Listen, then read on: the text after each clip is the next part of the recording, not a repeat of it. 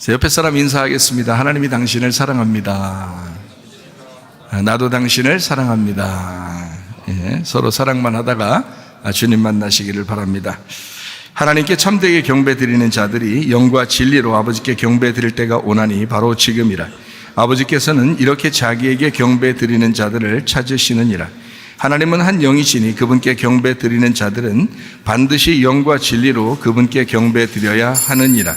우리가 하나님의 집으로 갈 때 우리 발을 조심하고 가까이 나아가 말씀 듣는 것이 어리석은 자들의 희생물을 드리는 것보다 나으니라. 영과 진리로 예배드리며 말씀을 사모하는 모든 심령들에게 천국의 소망을 허락하여 주시옵소서. 우리 예배를 성령님이 인도해 주시옵고 주님 예수 그리스도만이 영광받아 주시옵소서. 예수 그리스도의 존귀하신 이름 받들어 기도드렸사옵나이다. 아멘. 두 손 높이 들고 찬양합니다.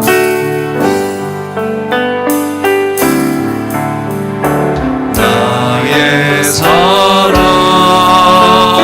나의 생명, 나의 예수님,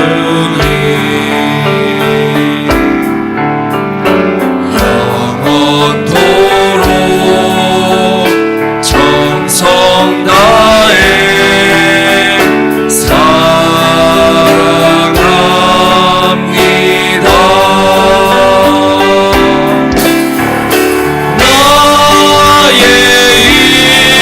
신 여호와여, 내가 사랑합니다.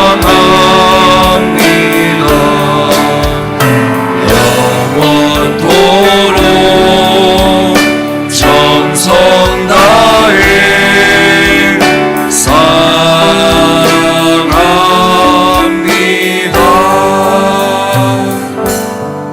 우리 아픈 자리에서 손대기를 바랍니다. 가정의 문제 있으면 가슴에 손대기를 바라고, 성령의 기름 부음 받기를 원하면 머리에 손대기를 바랍니다.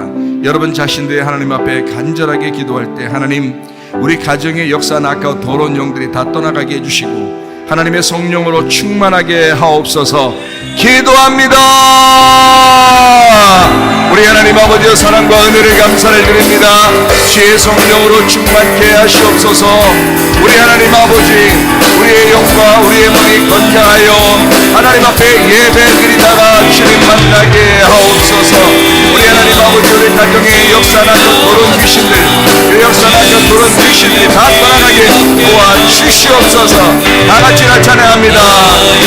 죄를 씻기는 예수의 피밖에 없네. 다시 정케 하기도 예수의 피밖에 없네. 예수의 흘린 피 날 이게 하오니 귀하고 귀하다. 예수의 피밖에 없네. 우리 하나님 아버지, 하나님 앞에 간절히 기도합니다. 우리의 영과 우리의 몸이 건강하여 예배드리다가 주님 만나게 하옵소서. 아까운 더러운 귀신들이 가정에 틈타지 못하도록 하나님 역사해 주시옵소서. 아까운 더러운 귀신들아, 나사렛 예수의 이름으로 명하노니 귀신들은 다 떠나갈지어다. 질병 가지고 떠나갈지어다. 손에 기름 부음이 있을지어다. 예수의 축복이 있을지어다. 주여, 예수 그리스도 안에서 우리가 건강하여 영과 몸이 건강하게 도와주시고 하나님 예배드리다가 주님 만나게 하옵소서. 성령 충만하게 도와주시옵소서. 예수님 귀하신 이름 받들어 기도 올리옵나이다. 아멘. 주님께 감사합니다. 우리 하나님 아버지 함께 하시고 사랑하심을 감사합니다. 우리 준비되신 예물 하나님 앞에 드리는 시간을 갖도록 하겠습니다.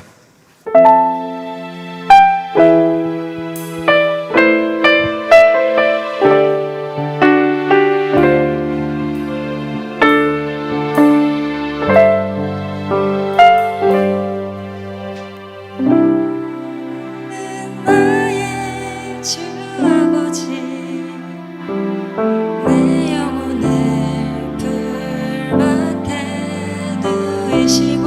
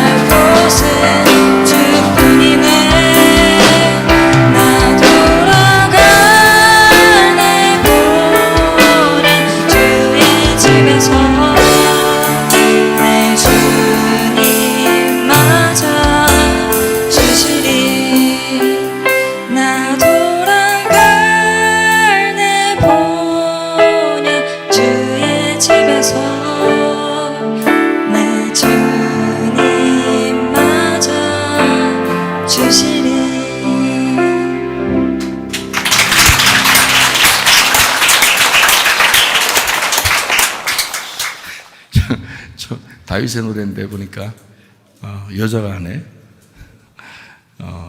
처음에는 노래 시작하다가 부끄러우니까 막 웃으면서 해요.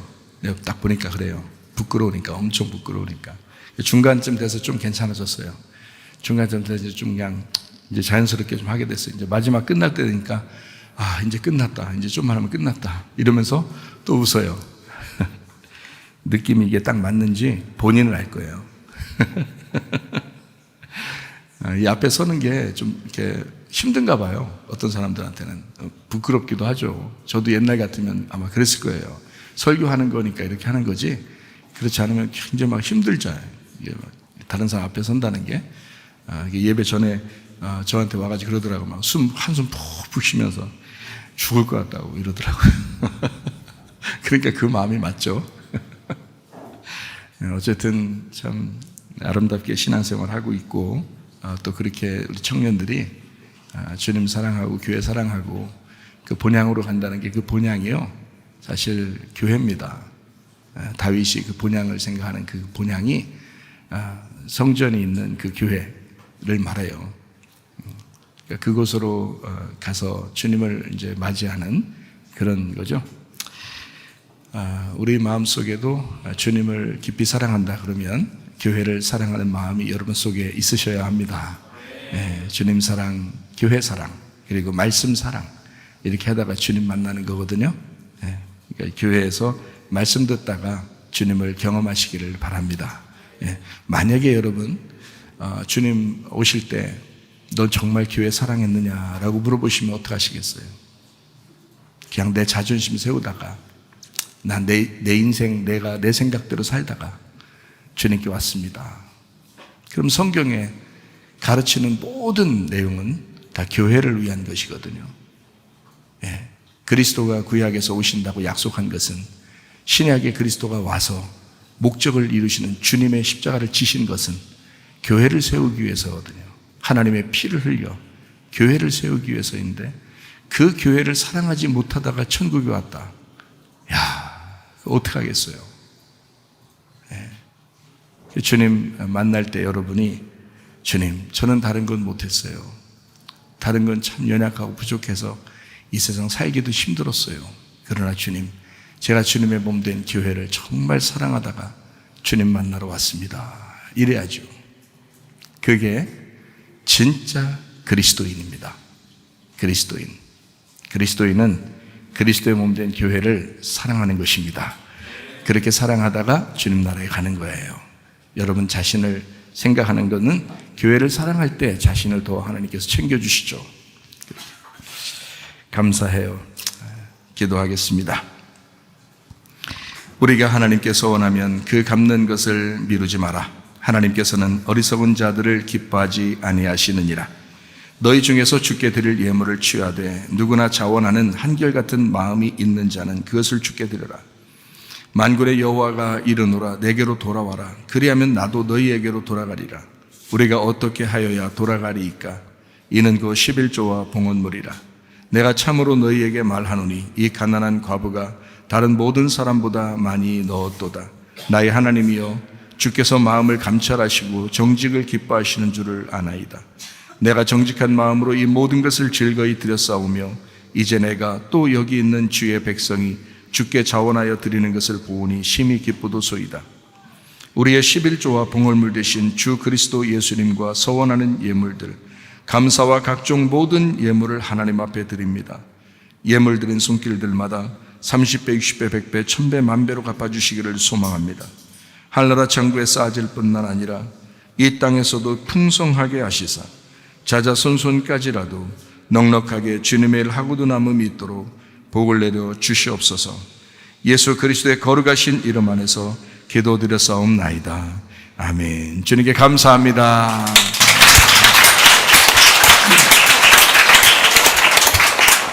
감사해요. 이것이 복음이다. 진리의 뜻.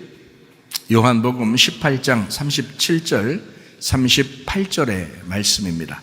빌라도가 이르되 그러면 네가 왕이 아니냐? 예수께서 대답하시되 네 말과 같이 내가 왕이니라. 내가 이를 위하여 태어났으며 이를 위하여 세상에 왔나니 곧 진리에 대하여 증언하려 함이로라. 무릇 진리에 속한 자는 내 음성을 듣느니라 하신대. 빌라도가 이르되 진리가 무엇이냐 하더라. 이 말을 하고 다시 유대인들에게 나가서 이르되 나는 그에게서 아무 죄도 찾지 못하였노라. 진리라고 하는 그 말씀은 참되다는 말씀입니다. 알레테이아라고 그러거든요. 이게 아하고 란다노의 합성어입니다. 란다노라고 하는 건 감추어졌다는 말이고, 아라고 하는 건 그것이 아니다라는 말입니다. 그러니까 감추어지지 않았다. 이것을 진리라고 그럽니다. 알레테이아라는 진리요. 그러니까 감추어지지 않고 말씀이 풀어진다. 그러면 진리를 깨닫게 되는 것이다 라고 성경은 우리에게 가르쳐 주는 것입니다. 그러니까 진리를 알아야 사실은 천국에 가죠. 왜냐하면 진리의 반대가 거짓이니까. 우리가 거짓에 묶여 있다가 진리를 깨닫는 순간 그 복음 안에서 천국 간다 이렇게 되거든요, 성경에서. 그래서 진리를 꼭 아셔야 한다. 그 말은 감추어졌던 것이 풀어져야 된다. 이거를 영과 진리로 예배드린다라고 그러는 거예요. 그러니까 영과 진리로 예배드리는, 영은 말씀을 얘기하고 말씀이신 하나님을 얘기하고요, 그 하나님이 진리로 풀어줘야 된다는 겁니다. 그러니까 말씀이라는 하나님이 이게 풀어지는 거를 영과 진리 예배라고 그러는 거예요. 막 폼 잡고 앉아있다고 이게 영과 진리 예배 드린다는 것이 아닙니다. 그건 옛날 얘기하는 사람들이 그렇죠. 막 진지하게 예배드리라 하는 그런 말할 때는 신령과 진정으로 예배드린다 할 때 그렇게 말한 거지, 원래 의미로는 영이라는 푸뉴마하고 진리라고 하는 알레테이아로 예배드리라 라는 말이거든요. 그러니까 영이라는 말씀을 진리라고 하는 것으로 풀어서 예배를 드려야 된다. 거기를 하나님이 찾으신다 이렇게 얘기합니다. 그래서 저는 이 말씀을 깨닫고 난 다음에 여러분에게 늘 말씀을 좀 풀어드리려고 생각을 하는 거죠. 그러니까 말씀을 풀어드리는 그 장소에 하나님이 함께 하겠다 했으니까 지금 이 자리에도 우리 하나님이 함께 하실 줄로 믿습니다. 이사야 53장 5절의 말씀에 보면 주님이 찔리심은 우리 허물 때문이요 그 주님이 상하심은 우리의 죄악 때문이라. 징계를 받음으로 우리는 평화를 누리게 되었고 주님이 채찍에 맞으심으로 우리가 나음을 받았도다 라고 하는 이 말씀을 여러분이 인정하고 믿으시기를 바랍니다. 고린도서 6장 2절 말씀, 보라 지금 은혜 받을 만한 때요 보라 지금은 구원의 날이로다 라고 했습니다. 지금이 그런 날이라 이런 거죠. 예수님은 성령으로 잉태하셨습니다. 그리고 6월절 어린 양 예수님이 대신 돌아가셔서 우리를 구원하셨다 그러죠. 그 예수님이 이 땅에 오셔서 이제 침례를 받으실 때 우리의 모든 죄를 이양받아서 침례를 받으시고 성령이 비둘기같이 내려오셔서 제사장이나 선지자나 이제 사사나 뭐 이런 사람들은 왕이나 제사장이나 선지자들은 올리브 기름이라는 감람유로 기름을 부어서 왕을 삼고 선지자를 삼고 그랬습니다. 그런데 예수님은 이 세상의 왕이 아니기 때문에 하늘에서 내려오는 성령에 의하여 기름을 부어야 되거든요. 그래서 그날이 언제냐면 침례를 받는 그날입니다. 예수님은. 그래서 그걸 받아야 하나님의 일을 시작할 수 있거든요. 그래서 침례를 받고 그 일을 시작한 겁니다. 그때 성령으로 기름 부어 주신 거죠. 성령의 비둘같이 기름 부었었다. 그날이 바로 그날. 그래서 그날을 중요하다고 그러는 거예요. 예. 자, 이제 침례를 받으시고 난 다음에 그리고 광야에 가셔서 성령에 의하여 광야로 가시고 3가지의 시험을 받으셨습니다. 왜 그런가? 우리가 선악과를 먹은 3가지의 범죄가 인간에게 흘러내려오기 때문에 그래요. 그 인간에게 계속 흘러내려오는 이 범죄들을 예수님이 끝내셔야, 그래야 하나님의 일을 할 수 있죠. 그래서 귀신에게 얽매이지 않도록 이것을 풀어줘야 되거든요. 그래서 광야에서 시험을 이기셨습니다.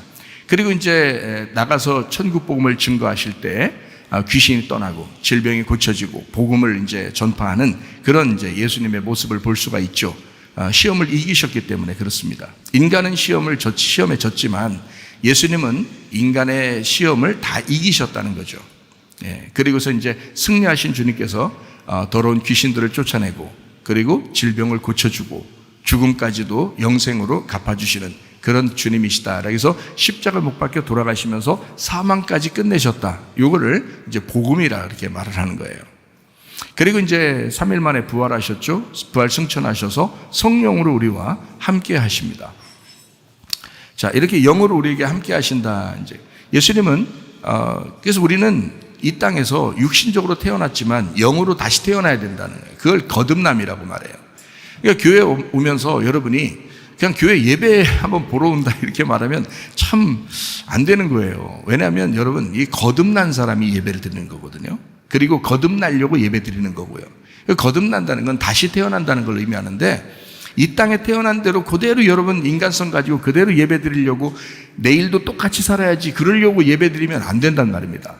이제까지 예배를 드린 사람들은, 또 오늘 예배 드리는 사람은 내가 정말 바뀌어야지, 내가 정말 회개해야지, 내가 진짜 하나님 앞에 돌아가야지, 내가 주님 중심으로 못 살았는데 주님 중심으로 살아야지, 내가 말씀 중심으로 못 살았는데 내가 이제 말씀 중심으로 살아야지, 내가 교회 중심으로 살지 못했는데 내가 교회 중심으로 살아야지 하면서 그런 마음을 가지고, 회개하는 마음을 가지고 예배를 드려야 하나님이 받아주신다는 거예요. 예. 그러니까 하나님이 함께 하시고 찾아오시는 예배, 영과 진리의 예배를 여러분이 드리셔야 된다는 거죠. 예. 무슨 말인지 아시겠죠?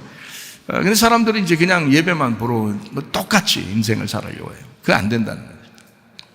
그러니까 구원받은 거듭남, 물과 성령으로 너희가 거듭나야 된다. 예수님은 물과 피로 임하셨고 이 땅에, 그리고 그것을 증거하시는 이가 성령이다 그랬습니다. 그 말은 성령님이 태어남부터 예수님의 죽으심 그리고 부활 승천하시고 이 땅에 그 성령이 내려오신 거예요. 그 예수님의 영이. 그렇기 때문에 우리 속에 계신 예수님은, 성령님은 예수님이에요. 그분이. 그래서 그분이 이미 시험을 이기셨다고, 죽음까지도 다 끝내셨다고요. 근데 사람들이 다 시험 들어. 뭐 때문에 시험 들고, 뭐 때문에 기분 나쁘고 막 이래요. 이겼는데, 예수님이 이겼는데 자기는 그렇게 하고 있다는 거예요. 그리고 자기가 거듭나야지, 빨리. 거듭나셔서 주님의 사람이 돼야지. 맨날 자기 인생을 살 거예요? 예수님의 인생을 사셔야지. 그래서 우리 교회는 시험 드는 사람 하나도 없기를 바랍니다. 예, 물론 없지만 앞으로도 없기를 바랍니다. 어떤 사람들 교회 보면 참 시험 드는 것 때문에 그냥 뭐 아주 문제가 많은 교회들이 있어요. 그러면 안 된다. 그러니까 시험만 안 들면요, 늘 이렇게 만나는 게 즐겁고 기쁘고 그럴 수 있거든요. 가족들도 만날 때 기쁘잖아요. 교회도 만날 때 하나님의 가족이니까 만나면 기쁘고 이렇게 해야 되는데, 자꾸 시험에 들어요. 시험에 들면 막 기분이 나쁘거든요. 그럼 왜 기분 나빠요? 그리고 또 막 세상 나가면 또 욕심이 굉장히 많이 생겨요. 그리고 또 누구가 또 미워요 또. 이런 것들이 왜 생기냐면 조상 때부터 내려오던 그 귀신들이 자꾸 역사해서 그런 거예요. 그걸 이미 예수님이 이기셨는데, 광야에서 다 끝내셨는데 그 귀신이 계속 틈타서 일하도록 그냥 만들어 놓는다는 거죠, 자기 속에. 그러면 안 된다는 거예요. 그러니까 교회 와서 말씀 듣고 이것이 싹 변해야 돼요. 예. 그 변하고 거듭난, 땅에서 태어난 것이 하늘로서 다시 태어나야 된다니까요. 그게 거듭남이라니까요. 땅에서 태어난 걸 또 땅에서 태어난 것처럼 살면 그게 무슨 거듭남이에요. 교회 그냥 한 번씩 구경하러 오는 거지, 예배 보러. 그런 건 안 된다고요.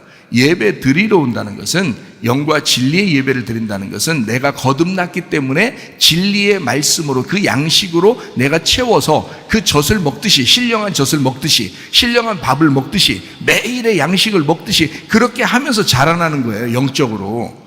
그러니까 교회를 막 수십 년 다녀도 하나도 영적으로 안 자라는 사람들 있죠.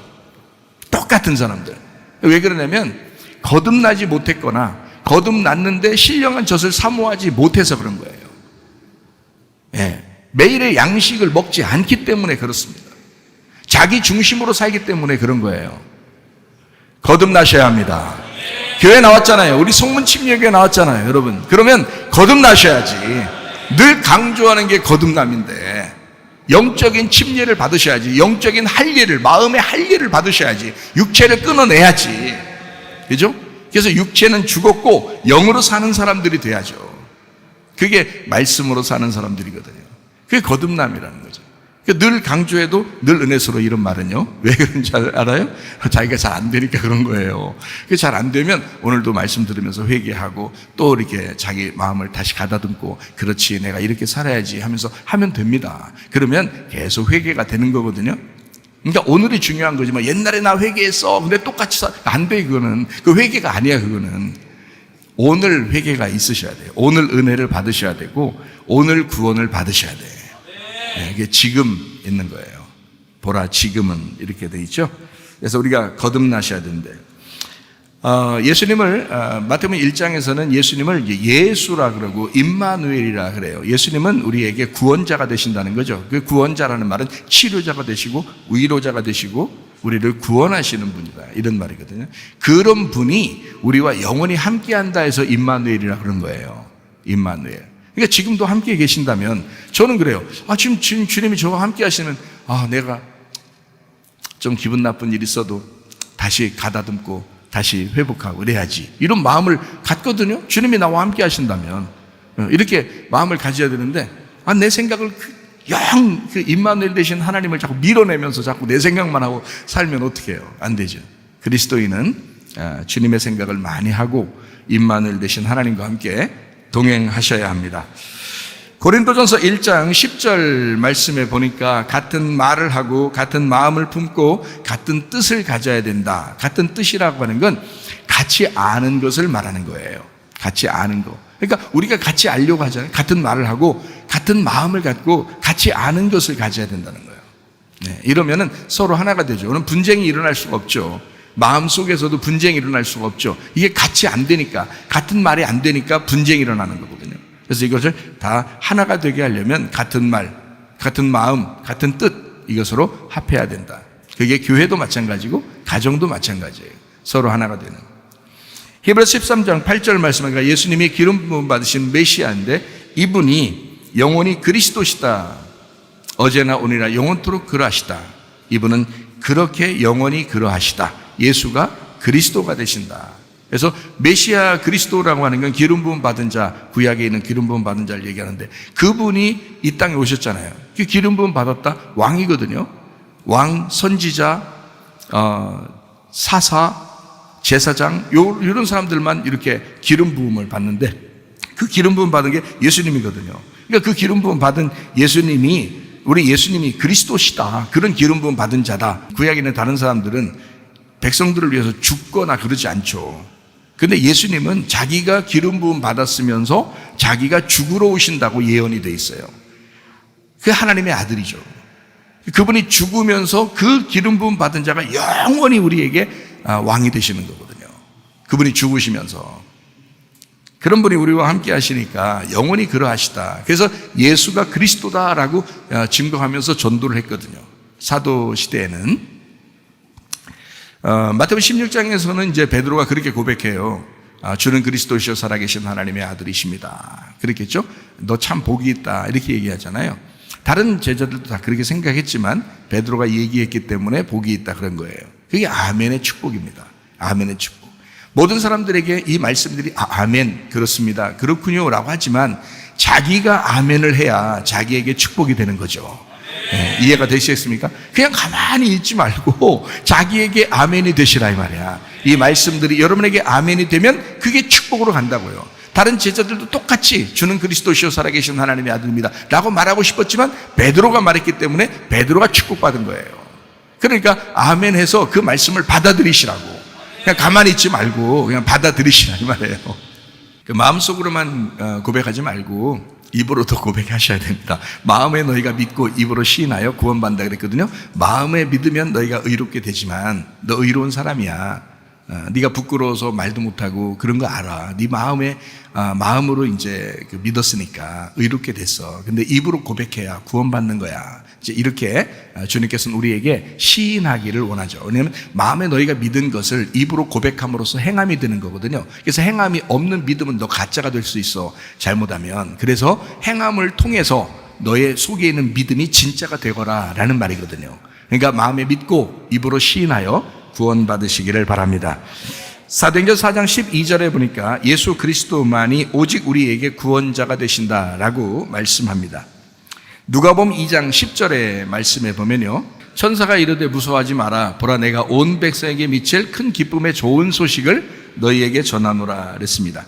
무서워하지 마라. 왜냐하면 땅에게 미칠 큰 기쁨의 소식이라 이렇게 말했거든요. 땅에게 미칠 큰 기쁨의 소식. 하나님에게 좋은 소식이라는 게 아니라 우리 땅에게 좋은 소식이라는 얘기를 무서워하지 마라. 그러니까 왜냐하면 너한테 좋은 일이 있을 거야, 이런 말이에요. 이런 좋은 소식을 전하러 오신 분이 바로 예수님이잖아요.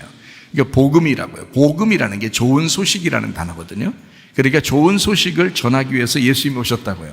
그러면 그 좋은 소식이 오면 우리는 기뻐해야죠. 왜냐하면 기뻐하라고 하죠. 무서워하지 마라, 너 두려워하지 마라, 괴로워하지 마라, 너무 슬퍼하지 마라. 기쁜 소식이 있지 않냐, 복음이라는 게 있지 않냐, 예수님이 너에게 좋은 소식이지 않냐. 그 좋은 소식이 예수님이 너와 함께 있잖아. 그러니까 너무 무서워하지 마라, 그런 얘기죠. 강부에 쌓여 누운 예수님이 이 땅에 오셨어요. 강부에 쌓여서 누웠다는 것은 죽음을 의미하거든요. 나를 위해서 죽으셨어요. 죽으시러 오신 예수님이에요. 그리고 실제로 나를 위해 죽으셨다고요. 그런 예수님이 우리에게 이제 구세주가 되셨죠. 그러니까 하나님께는 영광이지만 땅에는 평화가 되고 기쁨이 된다는 거예요. 그러니까 하나님은 영광이라, 하나님은 무거운 짐을 지시고 영광 가운데 계신 분이고, 그 주님께서 하나님을 책임을 가지시고 우리를 위해서 구원하시려고 오신 것이고, 인간에게는 평화가 오고 기쁨이 오는 거예요. 그러니까 우리들은 사실 교회 다니면서 슬퍼할 이유가 없습니다. 기뻐해야죠. 당연히 기뻐해야죠. 왜냐하면 복음이 우리에게 왔으니까, 예수님이라는 복음이 우리에게 왔으니까. 그러니까 우리가 무서워할 이유 없어요. 슬퍼하거나 외롭거나 괴로워할 이유가 없습니다. 잠시 그럴 수 있죠. 잠깐은 그럴 수 있지만 계속 그렇게 살아서는 안 됩니다. 그 병 생겨요. 그거 마음에 병이 생기고 몸에도 병이 생겨요. 그렇게 살면 차라리 그냥 훌훌 털어버리고 주님이 나와 함께 계시구나 라고 자꾸 생각하셔요. 마태복음 1장 21절 23절에 그렇게 말하고 있잖아요. 예수님은 예수 구원자다라고 얘기하면서 임마누엘 되신다, 우리와 함께 하신다고 그렇게 말씀하잖아요. 그러니까 그런 예수님이 우리와 같이 있으니까 히브리 13장 8절의 말씀 보니까 예수님은 그리스도다라고 얘기하잖아요. 영원히 그러하시다 그러잖아요. 다시 말하면 예수 그리스도는 영원히 너에게 밝은 빛이 되신다라는 말이에요. 영원히 밝은 빛이 될 거야. 그러면 어둠 가운데 있었던 내게, 어둠이었던 나에게 밝은 빛으로 영원히 밝은 빛이 되신다는 거 아니에요. 영원히 예수가 그리스도니까 영원히 밝은 빛이 되신다는 거 아니에요. 예수 그리스도가 영원히 우리의 밝은 빛이 되시니까 우리는 어둠 가운데 있을 필요가 없죠. 그래서 복음이 좋은 거란 말이에요. 좋은 소식. 그러니까 슬퍼하던 사람도 교회 와서 말씀 듣고 복음의 말씀을 듣고 밝은 빛이 여러분에게 막 임하시면, 밝은 빛이라는 건 다른 여기 환하다고 밝은 빛 오는 게 아니라 예수님이 밝은 빛이시란 말이에요. 그거를 받으시라고요. 자, 우리 민수기 8장 2절 한번 보겠습니다. 아론에게 말하여 이르라, 등불을 켤 때에 7 등잔을 등잔대 앞으로 비추게 할지니라 하시매 라고 되어 있습니다. 7 등대가 뭐냐면 예수님이거든요. 7 등대, 예수님. 7이라는 게 예수님이거든요. 7이란 완전한, 완성된, 다 이루어졌다라는 말이에요. 그 예수님, 다 이루신 예수님, 창조의 완성이신 예수님. 그래서 7 등대가 되시는 예수님을 얘기하는 거예요. 이거 7 등대를 비추게 하라는 거예요. 그게. 여러분 잘 생각해 봐요. 자, 7 등대가 어디를 비추는 거예요? 어디를 비춰요? 성막에 들어가면은 7 등대가 이렇게 있어요. 그 맞은편에 뭐가 있는지 알아요? 7 등대 앞을 비추는데, 성막이라는 거 특징이 있는데 뭐냐면요, 성막은 창문이 없습니다. 창문이 없는 게 특징이에요. 그러니까 들어가면 새카맣죠. 어둡죠. 그러니까 들어가면 어두워요. 그러니까 제사장이 가장 먼저 해야 되는 일이 뭘까요? 불을 켜는 거예요. 불을 켜야 앞에가 보이잖아요. 지금으로 말하면 들어가자면, 우리가 여기 밤에 교회 온다 그러면 오자마자 뭐 해요? 전등불 킨단 말이에요. 이게 불을 킨다고요. 똑같아요. 성막에 들어가면 창문이 없기 때문에 어두워요. 새카맣다고요. 그래서 어둠 가운데 계신 하나님의 원래가 어둠 가운데. 지성소는 더더군다나 휘장을 딱 쳐놓고 지성소 안에는 더 어두워요. 이 성소 안에만, 그 가운데 성소 안에만 등잔대가 있어요. 그 등잔대, 그래서 제사장이 들어가서 첫 번째 들어가서 해야 될 일은 무조건 불부터 켜야 되는 거예요. 그래서 그 불을 꺼뜨리지 말라는 거예요. 왜냐하면 어두워지니까 그 등불을 꺼뜨리지 말라는 거예요. 그래서 등불을 켜되 어떻게 켜냐면 앞을 향하여 켜라는 거예요. 그러면 성소에 들어가면 등잔대 앞에 뭐가 있어요? 등잔대 앞에 가만히 성막을 그려보세요. 등잔대 앞에 뭐가 있어요? 떡상이 있어요. 떡상. 떡상. 그러니까 빵을 올려놓은 그 상이 그 앞에 있어요. 등잔대 앞에 있다고요. 그러면 등불은 뭐 때문에 켜라는 거예요? 예, 매일의 양식, 그 매일의 양식을 비추기 위해서 켜는 거예요. 매일의 양식은 뭔가요? 매일의 양식은 매일의 말씀을 얘기하는 거예요. 여러분이 등불을 꺼뜨리지 말아야 될 이유가 뭐 있어요? 예, 매일의 양식이라는 말씀을 꺼뜨리지 않기 위해서요. 그걸 공급받기 위해서. 양식이 없으면 너는 끝이야. 그래서 등불을 비춰야 되는 거예요. 그래서 등불을 꺼뜨리지 마라. 성령의 기름이 계속 타올라야 되는 것은 말씀 때문에 그런 거야. 말씀이 너에게 매일의 양식이 네 안에 있어야 되기 때문에 그걸 꺼뜨리지 말라는 거예요. 예. 7등대 예수님을 말합니다. 빛이신 예수님. 로마서 13장 12, 14절의 말씀에 보면 예수 그리스도가 빛의 갑옷이라고 얘기합니다. 빛의 갑옷이 그리스도다. 에베소 6장 11절 13절 말씀 보면 전신갑주를 입어라 그렇게 말해요. 그러면 전신갑주가 틀림없죠. 어떤 갑옷이에요? 빛의 갑옷이죠.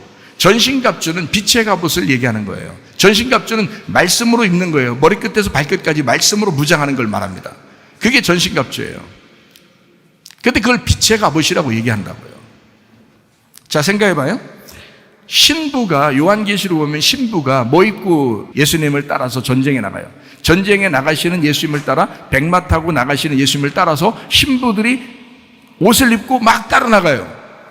백마 타고. 무슨 옷을 입어요? 신부들은? 에? 휘황찬란한 옷 입어요? 아니에요. 빛나고 깨끗한 흰 세마포를 입고 가게 되어 있습니다. 빛나고 깨끗한 흰 세마포. 그러니까 빛나고 깨끗한 흰 세마포는 깨끗해졌다. 흰색이라 이 말이에요. 그 말은 색깔이 입혀지지 않았다는 걸 얘기하는 거예요. 색깔이 입혀진 것을 입으면 음녀라는 거예요. 그게 색깔이 입혀진 옷을 입으면. 그래서 음녀는 화려한 색깔을 입는 겁니다. 만약에 설교가 너무 화려하다 그러면 그게 음녀 말씀인지 가만히 생각해 보셔야 돼요. 여러분, 진리의 말씀은 간단하고도 명료합니다. 그리고 오직 예수, 오직 복음을 얘기해요. 진리의 말씀은. 그래서 흰 색깔이라고요.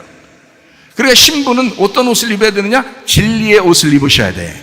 예. 빛난 세마포를 입으셔야 돼. 그게 진리의 말씀을 얘기하는 거예요. 화려하지 않지만 늘 똑같은 예수 그리스도에 대한 이야기를 하는 것 같지만 말씀이 풀어지는 것 말이죠. 진리의 말씀, 흰 세마포. 그걸 입고 주님을 따라가는 거예요. 그 진리, 흰 세마포, 그게 주님의 사랑입니다. 주님의 사랑을 입은 거예요. 진리의 말씀을 듣는 사람들은 속에 사랑이 넘치셔야 됩니다. 그게 주님의 사랑이거든요. 하나님의 그 깨끗한 그 오묘한 사랑, 그거예요. 자, 여러분 잘 생각해보면 제가 어느 날 가만히 생각을 해봤어요. 오늘을 사는 게 참 귀한데, 오늘을 하나님이 내게 주셨는데 참 귀한데 이걸 어떻게 살아야 되나라고 고민을 한번 해봤어요. 우리는 그냥 오늘 하루 눈 떴으니까 똑같이 그냥 뭐 직장 가고 공부하고 뭐 밥 먹고 걸어 다니고 이렇게 그냥 살잖아요. 그런데 오늘 하나님이 주신 걸 가만히 생각해 봤어요. 그랬더니 그냥 주신 게 아니더라고요. 어제에 비해서는 오늘이 내일이더라고요. 어제에 비해서는 오늘이 내일이었던 거예요. 그 말은 오늘도 하나님의 날이었던 거예요. 어제 볼 때는. 그러니까 내일은 하나님의 날이고 오늘은 내게 주어진 날이거든요. 그러니까 어제로 볼 때는 오늘도 내일의 날이었기 때문에 하나님의 날이었어요. 오늘 눈 못 떴으면 그냥 간 거예요, 여러분. 오늘이 없는 거야. 그렇죠? 네. 그러니까 오늘 내가 가만히 생각해봐요. 자, 오늘 지금 예배를 드리고 있습니다. 지금 이 시간에. 그러면 이 시간에 예배를 드리고 있는데 여기 앞에 한 30분 후에 뭐 할지를 우리가 알아요, 몰라요? 몰라요. 만약에 1시간 후에 알죠. 물론 30분 후에는 예배 끝나겠구나, 뭐 밥을 먹겠구나, 뭐 이거 다 알죠. 스케줄이 다 나와 있으니까 알죠. 그런데 하루를 똑같은 스케줄대로 살아가고 있지만 사실은 지금보다 1분 후에, 지금보다 2분 후에는 사람이 어떻게 될지를 모르는 거예요. 이거는 내 앞에 1분 후도, 내 앞에 2분 후도, 내 앞에 30분 후도 미래인 거예요. 그렇죠? 그건 한 번도 내가 경험해 보지 못한 시간이라고요. 이제까지 내가 경험했던 시간이 아니라고요. 우리가 주님을 경험한 것도 이제까지의 과거의 경험이라고요. 지금부터 앞으로 30분 후에, 1시간 후에 우리가 어떤 삶을 살지는 내가 결정하는 게 아니라고요. 이 시간은 내가 경험해 보지 못한 시간을 지금 가고 있는 거라고. 내가 1분 후에 걸어가는 것도, 30분 후에, 10분 후에 걸어가는 것도 이건 내 시간이 아니라고. 이건 미래잖아요. 지금으로 볼 때는 그것도 미래라고요. 그건 내 거가 아닌 거야. 내가 한 번도 경험해 보지 못한, 한 번도 가보지 못한 시간을 가고 있는 거라고. 가만히 생각해 보니까, 아하, 내 모든 앞으로의 시간은 하나님 것이었구나. 하나님 것이었구나. 하나님이 내게 허락을 해야 주시는 그 시간이었구나. 내게 허락을 해 주셔야 내게 오는 생명이었구나. 그 시간을 소중하게 여기고 지내야 되겠다. 앞으로의 내 1분 후나 3분 후나 10분 후나 30분 후에 내일의 시간, 이 모든 미래는 내 것이 아니었구나. 한 번도 가보지 못한 그 오늘을 오늘도 살고 있구나. 어제로 말하면 내일이었던 시간을 내가 지금 살아가고 있구나. 나에게는 지금 아주 그 불안하고 어떻게 살아갈지 모르는 그 미래였구나. 어제로 볼 때는 오늘이 상당히 내가 앞을 아무것도 모르겠는 그런 어둠이었잖아요. 그런 미래였잖아. 오늘로 보면 내일이 그런 날이죠. 어떻게 될지 모르는 그 시간이 내게 앞에 돼 있다고요.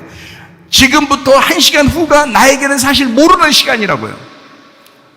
아직 한 번도 그 시간을 걸어본 적이 없는 거예요. 한 번도 가보지 못한 그 길을 우리는 지금 가고 있는 것입니다. 매일매일 매 순간을 어떻게 사시겠어요? 그 어둠 속에서. 그 어둠 속에서 어떻게 사시겠냐고. 여러분 마음 안에 빛이 비추셔야 합니다. 빛이 비추셔야 돼요. 그래야 오늘을 가도 그 빛 안에서, 그 등불 안에서 살아가는 거예요. 빛이 없이 내일을 어떻게 맞이할 수 있어요, 여러분? 그냥 어둠 가운데 있는데, 계속 어둠 속으로 가고 있는데 말이 안 되죠. 우리가 한 번도 경험하지 못한 그 길은 반드시 빛이 필요합니다. 오늘을 모르는 그 어둠, 빛이 인도해 줘야 살아갈 수밖에 없는 그 우리들, 기도를 시작하시기 바랍니다. 말씀을 읽기를 시작하시기를 바랍니다. 왜냐하면 그 빛이 없으면, 그 예수님이라는 그 등불이 없으면 사실 우리는 어두침침한, 어두컴컴한, 한 번도 가보지 못한 그 길을 우리는 갈 수밖에 없다는 거예요. 기도라고 하는 그 빛을, 말씀이라고 하는 그 빛을 여러분 속에 비추시고 가시기를 바랍니다. 그 등불과 함께 동행하시기를 바랍니다. 성경에서 예수님은 말씀의 양식을 아주 중요하게 생각합니다. 그래서 양식을 먹고 신령한 젖, 그리고 매일의 양식, 그걸 먹고 살아갈 수밖에 없도록 만들어 놓으셨다는 거죠. 구약의 광야에서도 하나님은 이스라엘 백성들을 애굽에서 탈출시키고 광야에 와서 하루도 빠짐없이, 이스라엘 백성들이 어떨 때는 막 배반하고 반대하고 막 하나님을 원망하고 이럴 때도 있었지만 그거에 하나도 개의치 않으시고 한 번도 변함없이 주신 게 있어요. 그게 바로 만나였습니다. 매일의 양식 만나를 주셨어요. 그러나 지금은 그 매일의 양식, 하늘에서 내려오신 매일의 양식 대신 예수님이 날마다 우리에게 임마누엘 하시니까, 그러니까 우리는 그 양식으로 살아갈 수 있어요. 왜냐하면 한 번도 약속을 어긴 적이 없는 그 하나님이, 광야 백성들에게 그렇게 하루도 빠짐없이 그렇게 만나를 제공했던 하나님이 지금 그 만나가 되시는, 영원한 만나가 되시는 예수님을 우리 마음 가운데 주셔서 영원히 우리와 함께 하시고 있다 이 말입니다. 날마다 매일의 양식, 그 안에 너희가 빛을 비추어라, 그래야 떡을 먹을 수 있지 않느냐 이거야. 빛을 비추지 않으면 어두워서 먹을 수 있냐? 성막에 들어갔는데 빛을, 등불을 켜지 않으면 앞에 떡이 있는데 그게 어디 있는지를 찾지를 못해요. 여러분, 등불을 밝혀야 앞에 떡을 발견하는 것입니다. 마찬가지예요. 하나님의 양식이라고 하는 이 매일의 양식은 마음속에서 등불이 비춰져야 그 매일의 양식을 발견할 수 있는 거예요. 그러니까 이 빛이 꺼지지 않도록 해라, 등불이 꺼지지 않도록 해라 라고 하는 말은 바로 그래서 그런 거예요. 예수님의 빛이 꺼지지 않도록 해라, 빛의 갑옷을 입어라, 전신갑주를 입어라, 빛이 꺼지지 않도록 해라, 그 기름 등불이 기름이 떨어지지 않도록 해라, 미련한 다수처녀 되지 말고 기름 등불을 꺼뜨리지 않는 슬기로운 다수처녀가 되라 라고 말하는 것은 매일의 양식 때문입니다. 매일의 양식을 너희들이 먹지 않으면 죽으니까 양식이 어디 있는지를 비추기 위하여 등불을 밝히라는 거예요. 참 놀랍죠. 양식이라는 것을 주님은 굉장히 귀하게 여기신 것입니다. 마태복음 14장 14절 15절의 말씀에 보면 여러분이 잘 아는 오병이어에 대한 이야기가 나옵니다. 예수께서 나오사 큰 무리를 보시고 불쌍히 여기사 그 중에 있는 병자를 고쳐 주시니라. 저녁이 되매 제자들이 나와 이르되 이곳은 빈들이요 때도 이미 저물었으니 무리를 보내어 마을에 들어가 먹을 것을 사 먹게 하소서라고 하면서 이제 오병이어에 대한 축복을 이제 해주시는 거거든요. 자, 오라고 하는 것은요, 오순절 또는 신년 할 때 오, 손가락도 5개, 발가락도 5개로 만드신 하나님. 7이라고 하는 것은 안식일을 의미하는 겁니다. 예수님을 의미하는 거고 안식을 주는 것을 말해요.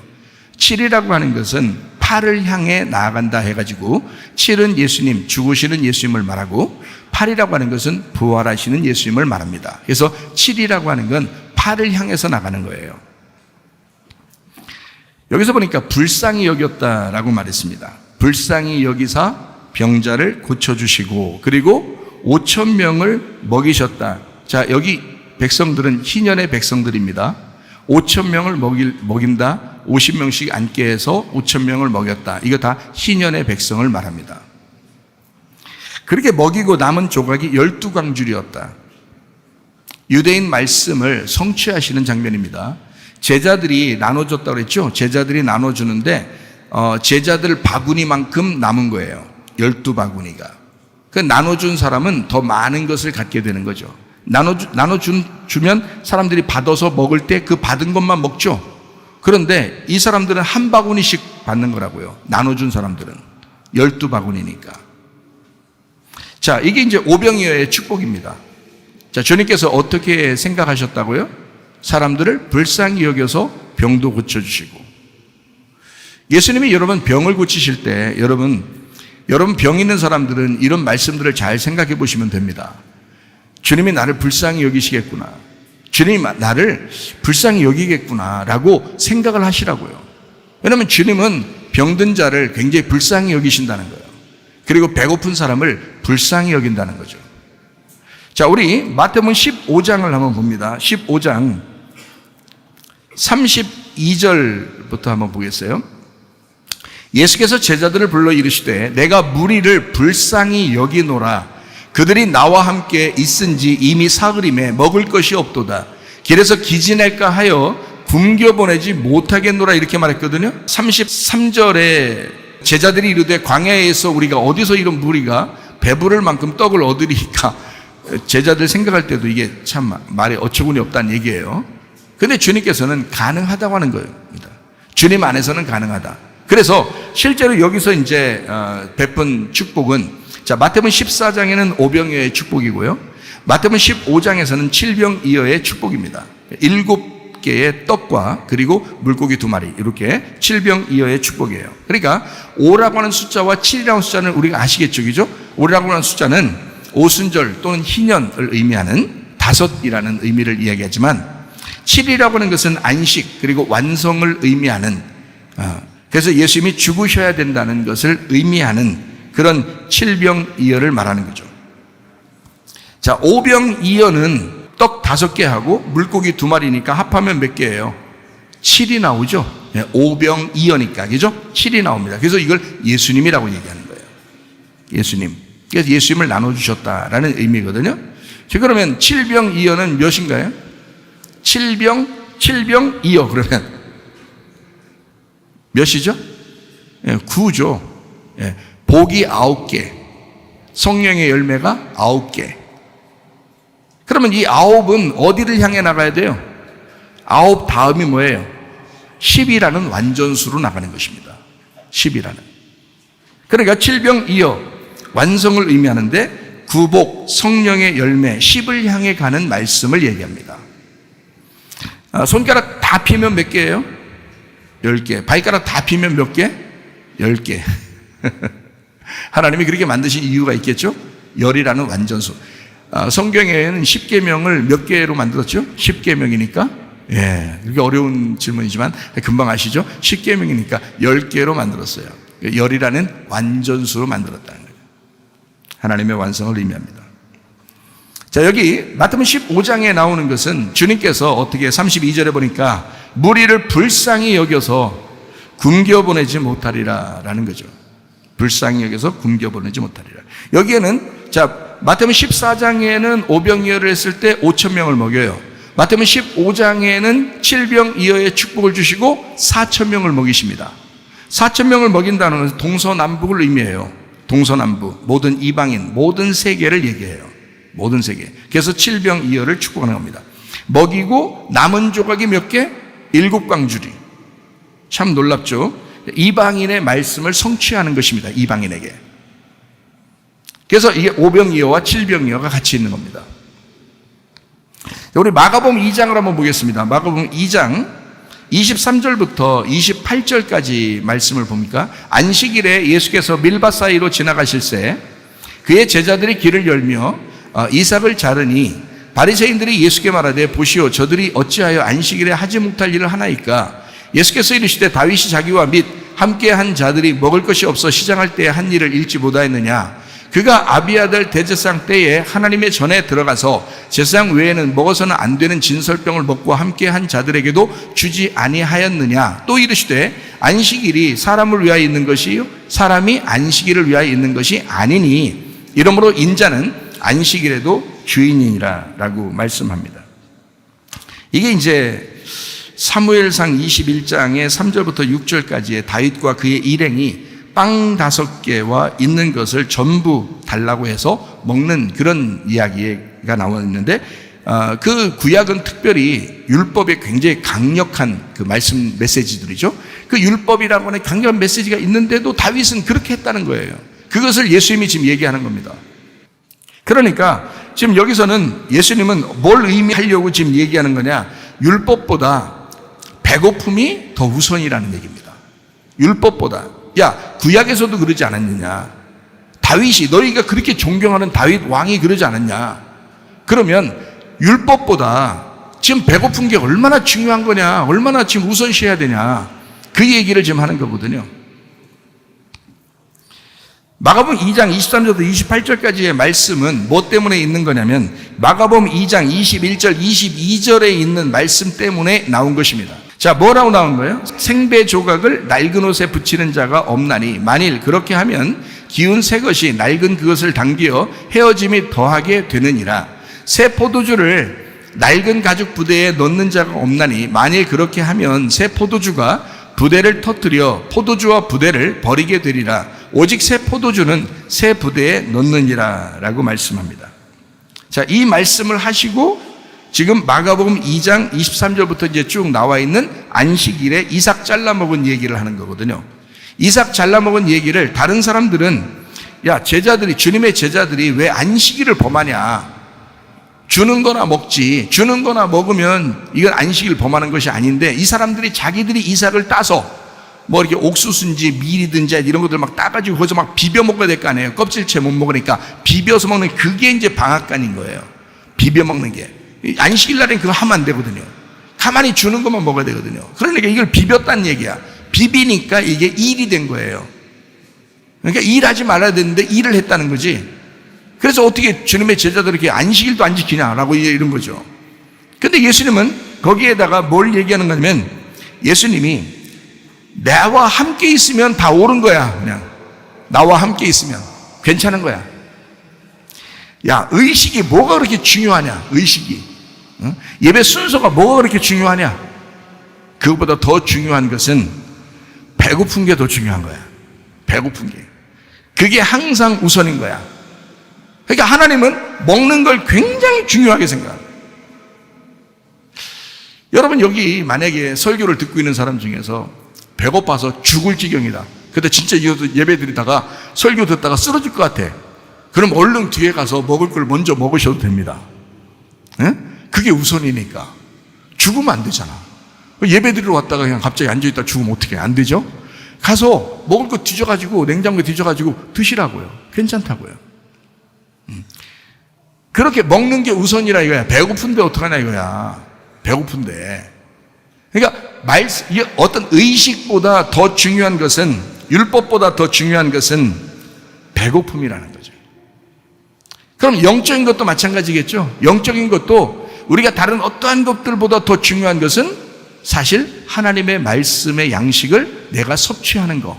이게 굉장히 중요한 거예요. 근데 말씀을 일주일 내내 보지도 않고 일주일 내내 듣지도 않고 그냥 그렇게 배고파서 와가지고 잠깐 먹고 또 가서 일주일 내내 굶고 그걸 하나님이 좋아하시겠느냐고요. 아니라고요. 배고픈 게 우선이니까 계속 먹으라는 거야. 하나님은 너희들이 인간성이 좋으냐 인간성이 나쁘냐 화를 잘 내냐 못 내냐 그거보다 더 중요한 것은 계속 먹어야 되는 거야. 계속 먹어야 되는 거야. 하나님은 만나를 계속 내려주잖아요. 먹는 거야. 그게 그렇게 중요한 거야. 마찬가지로 하나님의 말씀을 계속 너희가 섭취하는 것, 그것이 중요한 거야.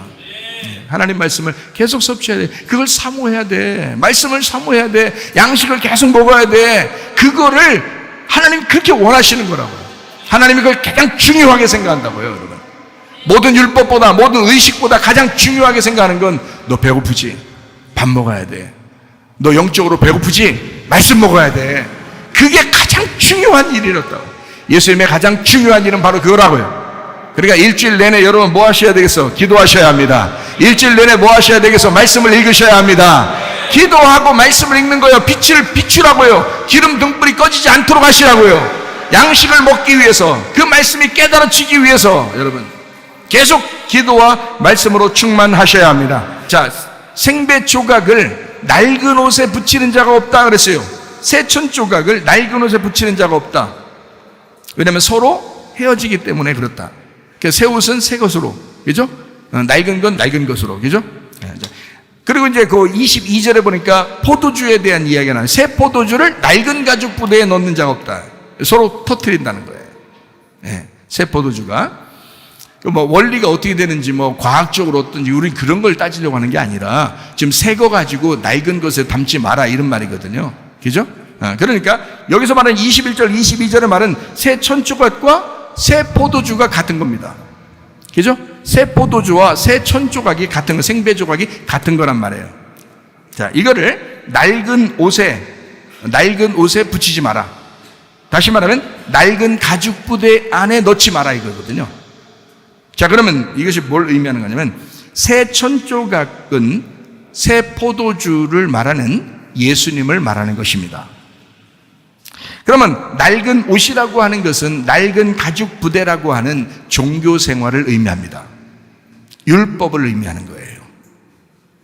새 포도주는 그리스도를 말하는 거고요. 새 가죽 부대는 교회 생활을 의미하는 것입니다. 종교 생활이 아니고. 여러분 교회 나와서 종교 생활하려고 교회 나오는 것이 아니라 여러분은 교회 생활하려고 교회에 나오시는 거거든요. 교회 생활이라고 하는 것은 그리스도의 몸된 교회와 연합하는 것을 말하는 것입니다. 자기 성질대로 살아가는 것이 아니고 교회와 연합하라는 것을 말하는 것이에요. 이게 교회 생활입니다. 그런데 여러분은 여전히 종교 생활 가운데 있으면서 새 포도주를 담는다고요. 종교 생활 가운데 있으면서 자기만 알아달라고 하면서 새로운 천을 갖다 거기다 이어 붙인다고요. 다 찢어집니다. 안 돼요. 그게 이어질 수가 없어요. 새 포도주는 새 가죽 부대에 집어넣어야 하는 것이고 새 조각, 새로운 천조각은 새로운 것하고 연결시켜야 되는 거예요. 예수 믿게 되면 여러분의 생활 방식이 바뀌어야 합니다. 반드시 바뀌어야 합니다. 그리고 진짜 예수 믿으면 생활 방식은 바뀌게 되어 있습니다. 어떤 중심으로 바뀌냐? 자기 중심으로 살던 사람이 교회 중심의 삶을 살게 되고 주님 중심의 삶을 살게 되고 말씀 중심의 삶을 살게 되는 것이다 이 말이에요. 그렇게 삶을 사셔야 된다는 거예요. 여러분 진짜 그리스도인답게 한번 살다가 가시기 바랍니다. 여러분이 한번 살잖아요. 인생을 앞으로 한 번도 가보지 못한 그 길을 오늘도 지금 가고 있잖아요. 계속 한 시간 갈 때마다 시간을 갈 때마다 우리는 한 번도 가보지 못한 길을 있다고요. 언제 어떻게 될지 모르는 시간을 지금 살고 있다고요. 한 번 인생을 사는데 주님 만날 때 칭찬받으셔야죠. 진짜 새로운 포도주를 여러분 속에 담고 그렇게 사시기를 바랍니다. 교회 생활이라고 하는 진짜 영적인 생활 안에서 여러분이 사셔야 된다는 거예요. 그러면 어린 양은 진리가 되십니다. 근데 짐승은 거짓입니다. 성경에 보면 딱 이 진리와 거짓이 이렇게 딱 나눠지거든요. 그러니까 예수 그리스도라고 하는 진리를 여러분 담고 사셔야 되는데 잘못하면 거짓을 담고 산다는 거죠. 그러면 진리라고 하는 예수님을 담으셔야 되는데 거짓이라는 짐승을 담고 산다 이거예요. 자기도 속는 거예요. 귀신은 속이는 자거든요. 마귀가 속이는 자거든요. 그러니까 사람들을 자꾸 속이는 거야. 그리고 이 땅에서 그냥 땅의 인생을 살다 가라는 거예요. 그게 마귀가 속이는 방법이에요, 여러분. 우리는 땅의 삶을 살자고 교회 나오는 것이 아니라 하늘의 음성을 듣고 하나님의 말씀대로 하늘의 삶을 살다 가려고 하는, 생활이 바뀌려고 하는 사람들이거든요. 종교 생활 하면서 예배를 한 번 그냥 보고 그냥 가자 이런 사람들이 아니고 진짜 교회가 되려고 사는 사람들이거든요. 여러분, 이게 진짜 그리스도인이란 말이에요. 그리스도인처럼 살다가 가려고 하는 사람, 인생 한 번 사니까 그 한 번의 인생을 어디다 투자하느냐는 거예요. 우리의 시간과 우리의 물질과 우리의 몸과 우리의 마음을 어디다 투자할 것이냐. 여러분, 주님에게 투자하시기를 바랍니다. 교회에 투자하시기를 바랍니다.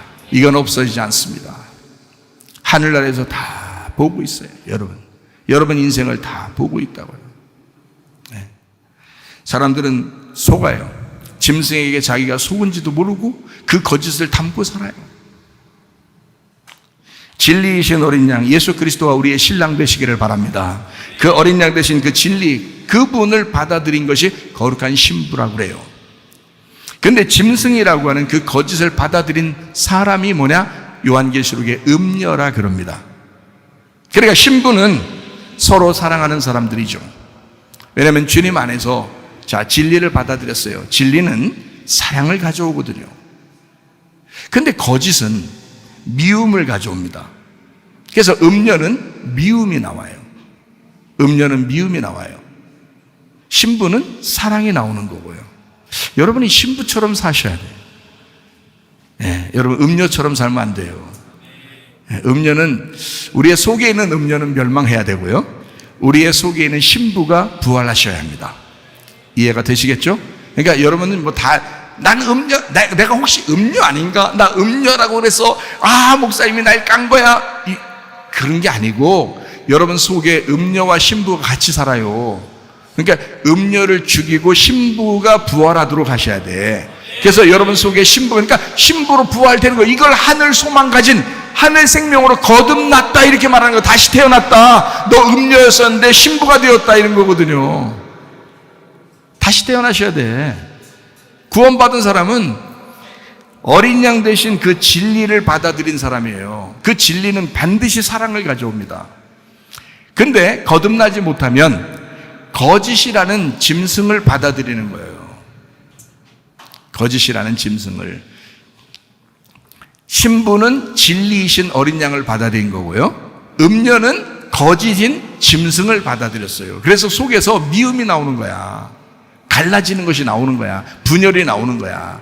가정도 서로 하나 되셔야 합니다. 교회도 서로 하나 되셔야 합니다. 서로 사랑하는 거예요. 그래서 요한복음 13장 34절 35절에 말씀해 보니까 새 계명을 너희에게 주노니 서로 사랑하라. 내가 너희를 사랑한 것 같이 너희도 서로 사랑하라. 너희가 서로 사랑하면 이로써 모든 사람이 너희가 내 제자인 줄 알리라 이랬습니다. 척 봐도 주님의 제자가 어떤 사람인지 아시겠죠? 서로 사랑하려고 하는 거예요. 요한계시록 17장 16절에 말씀 보니까 네가 본 바 이 열불과 짐승은 음녀를 미워하여 망하게 하고 벌거벗게 하고 그의 살을 먹고 불로 아주 사르리라. 짐승을 받아들인 음녀가, 짐승을 받아들였으면 짐승이 음녀를 사랑해 줘야 될 거 아니에요. 근데 이것들은 둘이 원수야 또. 그래서 이 짐승은 음녀를 찢어버려. 옷도 다 벗겨버리고 서로 미워해. 이게 무슨 말이냐?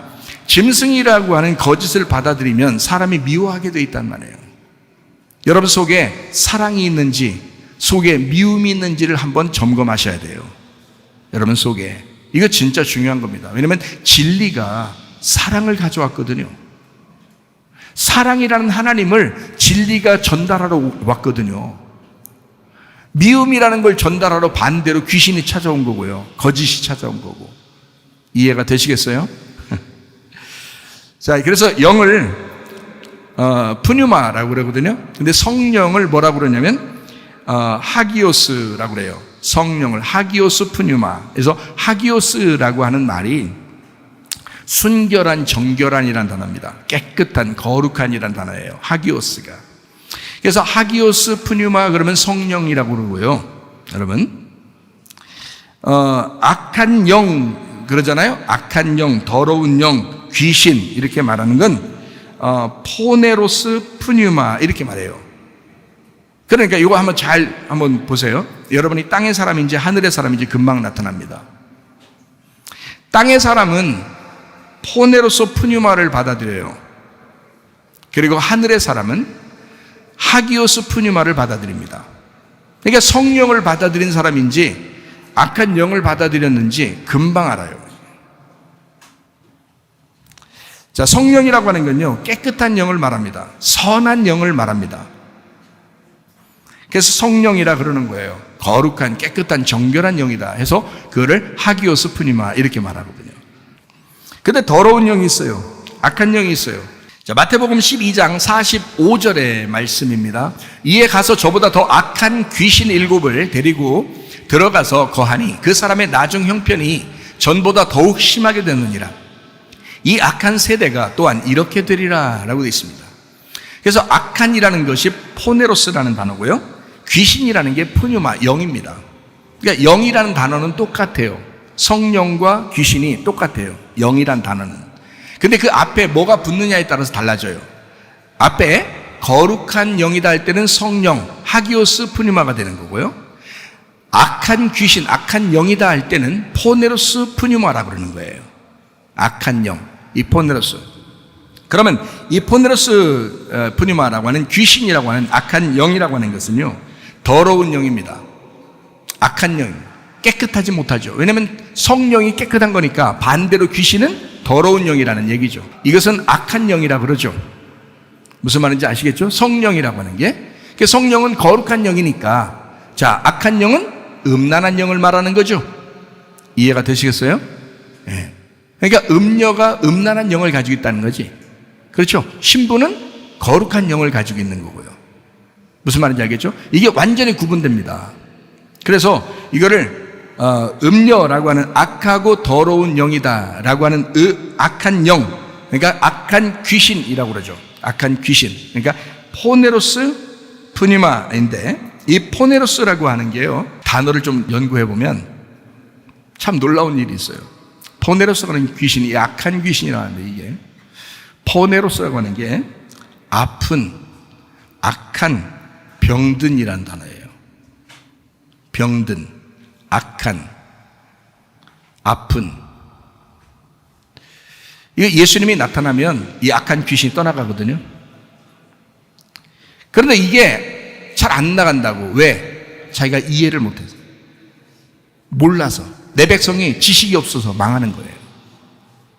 이 악한 귀신이 뭔지를 잘 모르니까 그냥 망하는 거야. 그래서 이걸 아셔야 돼. 악한 귀신이 어떤지를. 그래서 여러분의 가정에서 악한 귀신이 다 떠나가시기를 바랍니다. 이게 진짜 거룩한 영, 하나님의 성령이 충만하시면 악한 영이 떠나가게 돼 있어요. 예수 그리스도를 정확하게 알게 되면, 진리를 알게 되면 거짓이 떠나가게 돼 있다고요. 여러분, 사랑을 알게 되면 미움이 떠나가게 돼 있다고요. 왜 자꾸 승질이 나고 왜 자꾸 자기 성격이 안 바뀌고 왜 그러는지 아세요? 땅의 운명에서 벗어나질 못하게 귀신이 막고 있기 때문에 그렇습니다. 그러나 이런 귀신들을 다 떨어버리고 성령 안에서 충만하게 되면 성령의 사람이 되게 돼 있고, 이 사람은 거룩하고 깨끗하고 정결한 사람이 되게 돼 있다는 거죠. 하나님의 성령이 충만한 사람, 성령이 인도하는 사람이 되게 돼 있다는 거예요. 그럼 반대가 되게 돼 있죠. 생각해 보세요. 자, 악한이라고 하는 게 포네로스예요. 뭐라고요? 아픈, 병든, 악한. 병들게 만든 거 하나님이 하셨겠어요? 여러분 생각해 보세요. 하나님이 하셨겠냐고. 그렇게 안 한다고요. 악한 영이 들어온 거예요. 이 포네로스라고 하는 악한이라고 하는 게 포노스에서 왔어요. 이 포노스라는 단어가 수고, 고통입니다. 고통받게 하는 영이 온 거예요. 그 고통받게 하는 영이 온 거예요. 이게 페네스에서 왔어요. 이 페네스가 뭔지 알아요? 가난한 인이라는 말입니다. 가난한.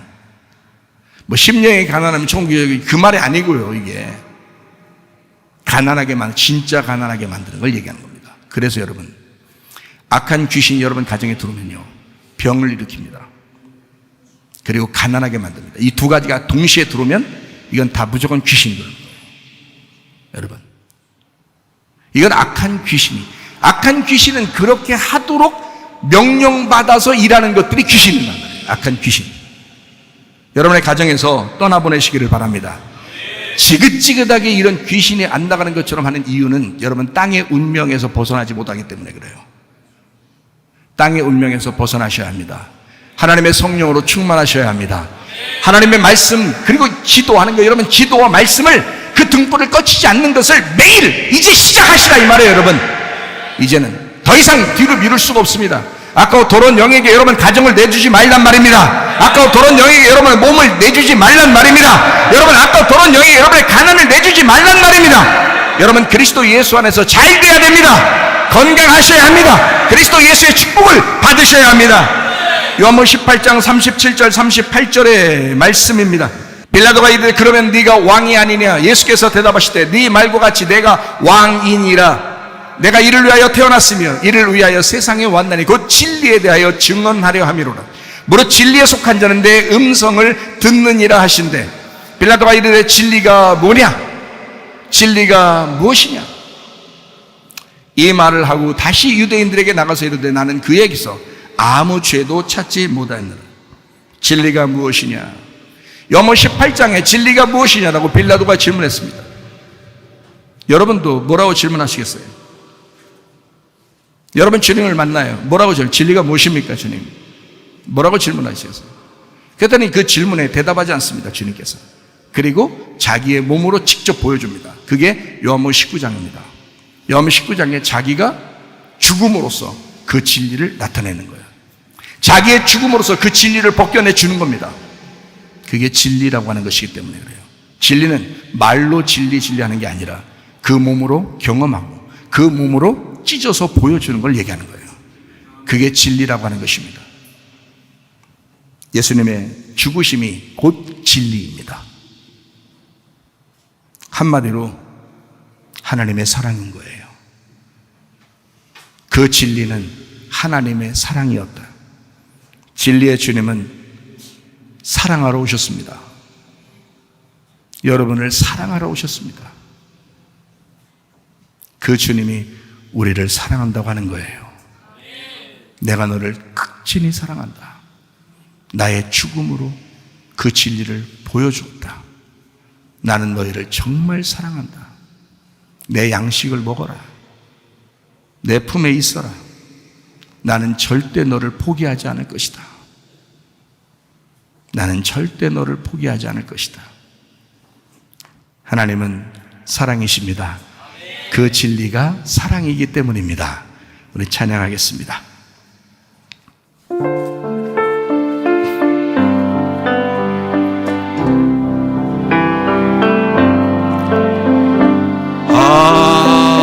하나님은 사랑이에요. 그 무엇과도 바꿀 수 없는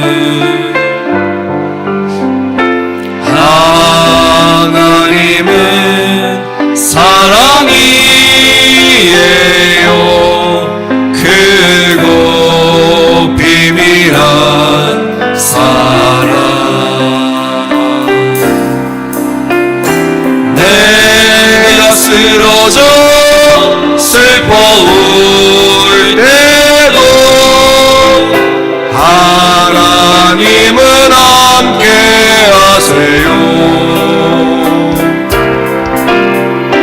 나를 붙잡고 그 품에 안아주시는 하나님은 사랑이에요. 여러분 한 목소리로 한번 기도하겠습니다. 기도할 때 우리 하나님, 저는 주님의 진리를 깨닫습니다. 그리고 그 진리의 품 안에 우리가 살기를 원합니다. 하나님, 나를 절대 포기하지 않으시는 그 주님의 사랑 가운데 내가 살아가기를 원합니다. 저도 주님을 사랑합니다. 기도합니다.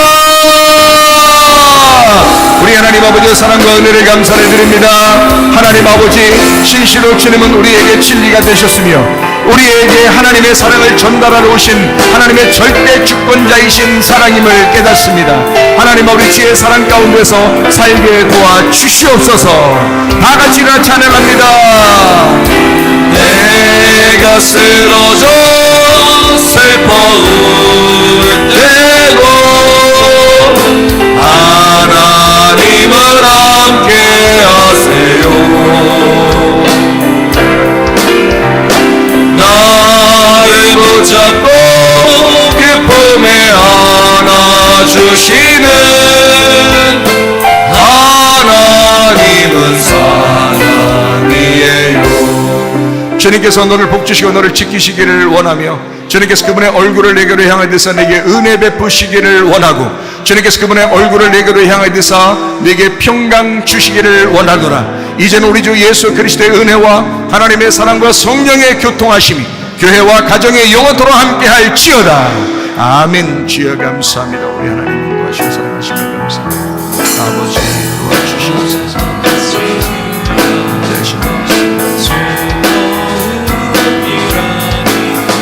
기도받기를 원하시 앞으로 나오셔서 기도받으시기를 바랍니다.